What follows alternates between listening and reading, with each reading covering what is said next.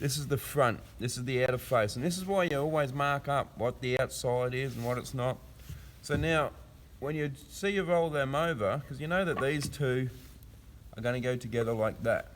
So if I show that, you get your points, so you know that they're on the right side, because they're going to go together like that.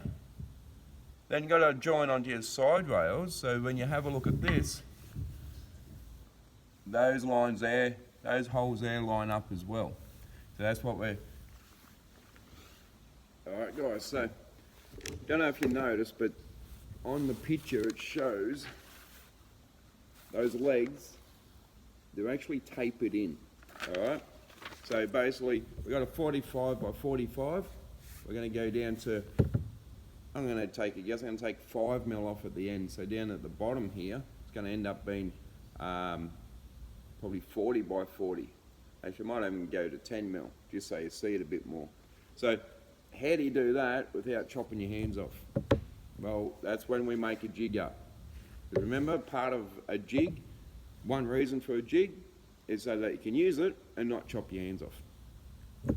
So, what I'm going to do is show you, we know that our rail is 118, we cut that up yesterday, the height of the rail. Mark it on both of these sides. Now the other thing that you're doing, alright, is you've got to work out what sides you're going to cut it on. This taper is on the inside of the leg. So the good thing with our dowel holes in, we now know what the inside is. So this is the inside, this here is the inside. They're the ones you're going to cut off. We're going to take a little bit off this end, so I reckon it's always just a bit of a guesswork. I'm going to go 35 mil at the bottom there. Right, so we've got 45, that's 35. I'm going to take that much off there. So if you draw that up, like I always say, draw it up, have a look, draw things up, have a look at them. Make sure you're happy with it. You can see that there. So we're going to make this jig up. So what we want, we're going to screw a piece up there. There's our stop. So you set that like that to that point. See there? Yeah, we set that there.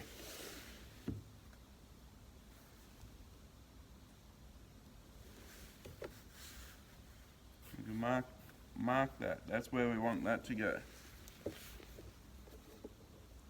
And then our top point at 130, you can see that point there? That point there, you don't want it over. That's got to be nice and flush, just at that little point there. So that's going to go there.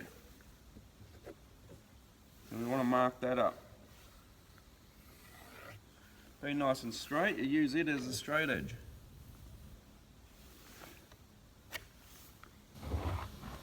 So now, we've got our markings. All we have to do now, I've got some screws here, is we screw down.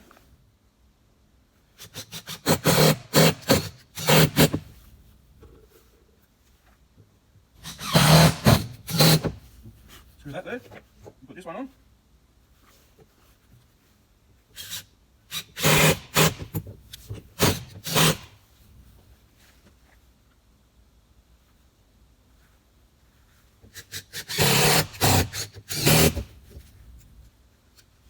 Alright, a little trick I'm going to do at the bottom here, because, so now we can put that up on there.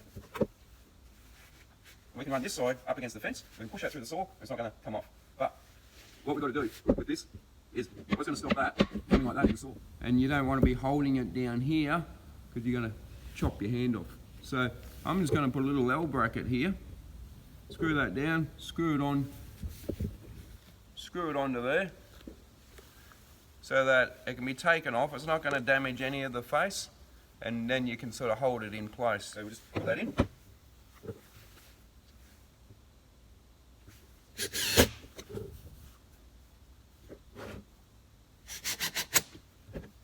Alright, that should be it. You'll obviously just have to sort of make sure you do hold this end in, but you're going to be away from the saw here. So that's what we're going to do. Alright, let's go cut it up.